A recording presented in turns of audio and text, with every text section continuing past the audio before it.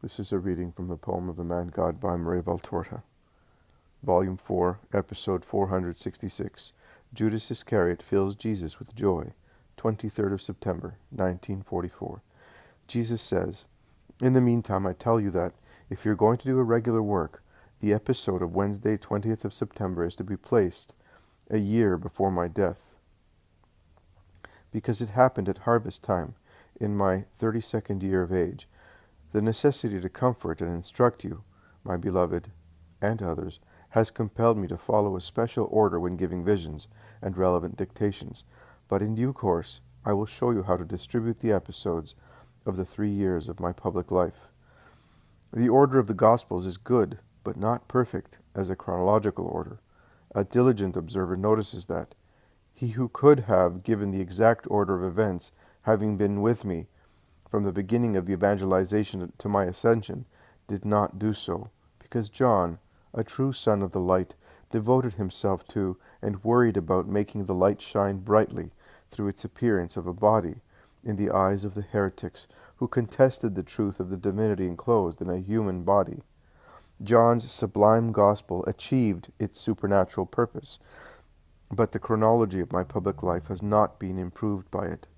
The other 3 evangelists showed resemblances to one another with regard to events, but they alter their order with regard to time, because only one of the 3 was present at almost all my public life, Matthew, and he wrote it only 15 years later, whilst the others wrote theirs even later, after hearing the story from my mother, from Peter, from other apostles and disciples. I want to give you a guide to collect together the events of the 3 years, year by year. And now, see and write. The episode follows that of Wednesday, 20th of September. I see Jesus walking slowly up and down a little country path in bright moonlight. The moon is full and shines with her smiling face in a very clear sky. By her position in the sky, she is beginning to set. I infer that it must be past midnight. Jesus is certainly thinking and praying, although I do not hear any word, but he does not lose sight of what is around him. He stops once and smiles, listening to the loud song of a nightingale in love. The bird sings a melody with arpeggios and trills and a solo, notes which are held so well, so loud, and for so long that it seems impossible that they come from that little bunch of feathers. In order not to disturb it with the shuffling of his sandals on the little stones of the path, and with the rustling of his tunic on the grass, Jesus stops with folded arms and smiles, raising his face. He even half closes his eyes to concentrate better on hearing it. And when the nightingale comes to the end with a high note which rises and rises by thirds, I am not sure whether I remember correctly, and finishes with a very high note held as long as its breath allows, he expresses his approval and applauds silently, nodding 2 or 3 times with a happy smile. Now, instead, he bends over a tuft of honeysuckle in bloom, which exhales a strong scent from its numerous calices, like yawning serpents' mouths in which the tongues of yellowish pistils tremble, and a golden mark shines on the lower petal. The flowers look whiter, almost silvery in the moonlight. Jesus admires and smells them, and caresses them with his hand. He retraces his steps. The place must be slightly higher, because in the moonlight one can see to the south something that shines like a wet piece of glass, illuminated by the moon, certainly a tiny part of a lake, because it is neither a river nor the sea, as it is surrounded by hills on the side opposite to the one where Jesus is standing. Jesus looks at the placid, calm waters sparkling in the peaceful summer night. He then turns round from south to west and looks at a village, standing out in its whiteness about 2 kilometers away, probably less. It is quite a large village. He stops, looking at it, and shakes his head, following a thought which distresses him deeply. He then resumes walking slowly and praying. Finally, he sits on a large stone at the foot of a very tall tree and assumes his usual posture, with his elbows resting on his knees, his forearms stretched out, and his hands joined in prayer. He remains thus for some time, and would remain longer, if a man, like a shadow, did not come towards him from the thicket, calling him, "Master?" Jesus turns round, because the person is coming from behind him, and he says, "Judas, what do you want?" "Where are you, Master?" "At the foot of the walnut tree. Come here." And Jesus stands up and goes onto the path in the moonlight, so that Judas may see him. "Have you come, Judas, to keep your master company for a little while?" They are now close to each other, and Jesus lovingly lays an arm on his disciple's shoulder. "Or am I needed at Chorazim?" "No, Master, there is no need for you. I wanted to come to you." "Come then, there is room for both of us on this stone." They sit down close to each other and remain silent. Judas does not speak. He looks at Jesus. He is struggling. Jesus wants to help him. He looks at him kindly, but keenly. "What a beautiful night, Judas. Look how everything is pure. I do not think that the first night which smiled at the earth and at Adam's sleep in the earthly paradise was purer. Smell how scented are these flowers. Smell them, but do not pick them. They are so beautiful and pure. I also have refrained from picking them, because to pluck them is to profane them. It is always wrong to do violence, to plants as to animals as to men. Why deprive them of their lives? Life is so beautiful when it is spent well. And these flowers spend their lives well because they are sweet-smelling. They cheer up people with their beautiful appearance and scents. They give honey to bees and to butterflies, and they transfer to the latter the gold of their pistils, to place tiny drops of topaz on their pearly wings, and are used to make beds and nests. If you had been here a little while ago, you would have heard a nightingale sing so sweetly its joy of living and praising the Lord. Dear little birds, what an example they are for men. They are satisfied with little, and only with what is legal and holy. A tiny grain and a little worm as given to them by the Father Creator, and if there is none, they do not become angry or irritated, but they deceive the hunger of their bodies with the ardor of their hearts, which makes them sing the praises of the Lord and the joy of hope. They are happy to be tired after flying from dawn to sunset, to build a nest for themselves, a tepid, soft, safe nest, not out of selfishness, but out of love for their offspring, and they sing, urged by the joy of loving each other honestly, the nightingale for its mate, and both for their little ones. Animals are always happy because they have no remorse or reproach in their hearts. We make them unhappy because man is bad, disrespectful, overbearing, cruel, and he is not happy to be so with his like. His wickedness overflows on inferiors, and the more he feels remorse, the more his conscience spurs him, and the more pitiless he is towards other people. I am sure, for instance, that horseman who today was spurring his horse so cruelly, although it was wet with perspiration and tired, and he lashed it to the point of leaving swollen marks on the hair of its neck and sides, and even on its nostrils, so tender, and on its dark eyelashes, which closed painfully on its eyes, so resigned and mild, I am sure that his soul was not in peace.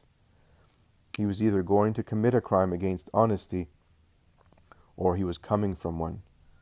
Jesus becomes silent and pensive. Judas is silent and pensive too. He then says, "How beautiful it is, Master, to hear you speak thus. Everything becomes clear to the eyes, to the mind, to the heart, and everything becomes easy. Also to say, I want to be good. Also to say to you, Master, my soul is upset as well. Do not be disgusted at me, Master, since you love so much those who are pure." Oh, Judas, I, disgusted? My dear friend, my dear son, what is upsetting you? Keep me with you, Master. Hold me tight. I have sworn to be good after you spoke to me so kindly. I have sworn to become the Judas of the first days, when I followed and loved you as a groom loves his bride, and I yearn for nothing but you, as I found every satisfaction in you. That is how I loved you, Jesus. I know, and that is why I loved you. But I still love you, my dear, hurt friend. How do you know that I am hurt? And do you know by what? There is silence. Jesus looks at Judas so kindly. Tears seem to make his eyes wider and kinder, tempering their brightness. The eyes of an innocent, defenseless child who gives himself completely in love. Judas drops at his feet with his face on Jesus' knees, and clasping his sides with his arms, he moans, "Keep me with you, Master. Keep me, My flesh is howling like a demon, and if I give in, then all evil befalls me. I know that you are aware of it, but you wait for me to tell you. But it is hard, Master, to say, I have sinned. I know, my friend. That is why one ought to act correctly, so that later one may not have to lower oneself, saying, I have sinned. But Judas, that is also a very good medicine. The fact that one has to make an effort to confess one's sins restrains one from committing it. And if it has been committed, the pain in accusing oneself is always redeeming repentance. And if one suffers not so much out of pride or for fear of punishment, but because one realizes that by sinning one has caused sorrow, then I tell you that the sin is cancelled. It is love that saves. I love you, Master, but I am so weak. Oh, you cannot love me. You are pure, and you love the pure. You cannot love me, because I am. Oh, Jesus, relieve me of the hunger of sensuality. Do you know what a demon it is? I know. I did not listen to it, but I know what its voices sound like. See, you are so much disgusted by it that by simply mentioning it, you look very upset. Oh, you cannot forgive me. Judas, and do you not remember Mary, or Matthew, or the publican who became a leper, or that woman, the Roman prostitute, for whom I prophesied a place in heaven? Because being forgiven by me, she will have the strength to live holily. Master, oh, how sick at heart I am. This evening I ran away from Chorazin, because if I had remained I would have been lost. You know, it is like one who drinks and is taken ill. The doctor forbids him to drink wine and any intoxicating drink, and he recovers and is healthy as long as he does not taste such liquors.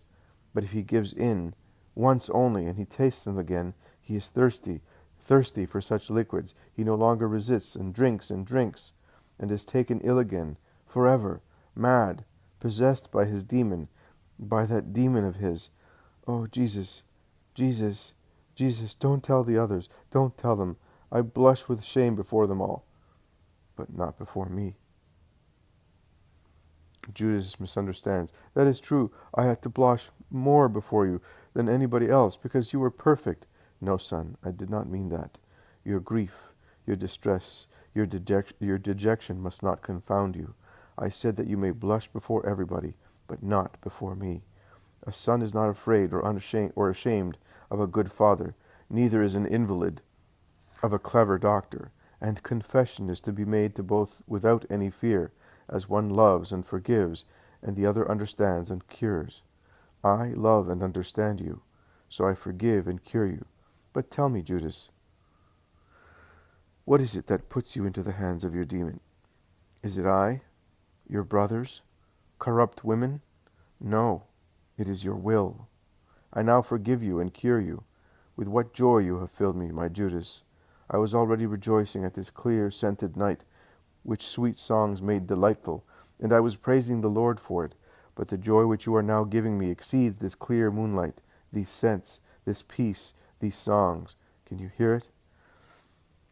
The nightingale seems to join me in telling you that it is glad of your good will, as the little singing bird is so willing to do that for which it was created, and likewise this early morning breeze, which blows over flowers, awaking them, and letting dewy diamonds drop into the hollow calices, so that butterflies and sunbeams may find them very soon, the former to refresh themselves, the latter to have their great brightness reflected by the tiny mirrors. Look, the moon is setting. Dawn is being announced by that cock crowing far away. The darkness and phantasm of the night are vanishing. See how quickly and pleasantly time has passed, whereas if you had not come to me, you would have spent it in disgust and remorse. You ought to come to me every time you are afraid of yourself, one's own ego, a great friend, a great tempter, a great enemy, and a great judge, Judas. And see, while it is a sincere, loyal friend if you have been good, it can be an insincere friend if you are not good, and after being your accomplice, it rises to the office of implacable judge, and tortures you with its reproaches. It is cruel and reproaching, not I. Well, let us go. The night is over. Master, I did not let you rest, and today you have to speak so much.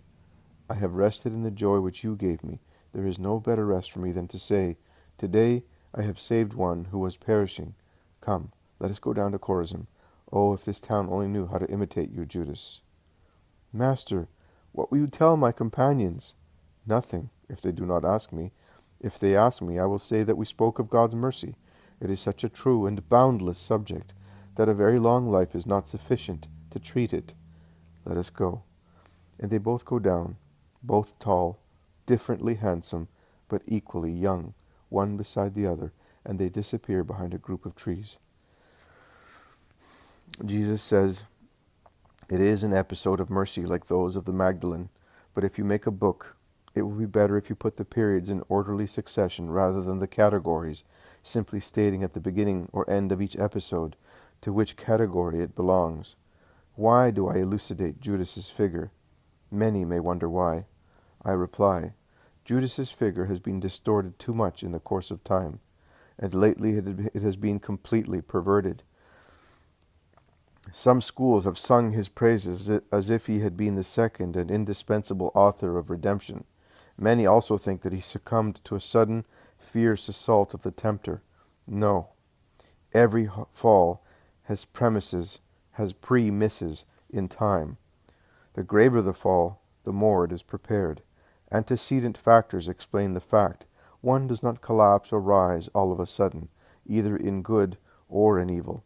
There are long, insidious factors in descents, and patient holy ones in ascents.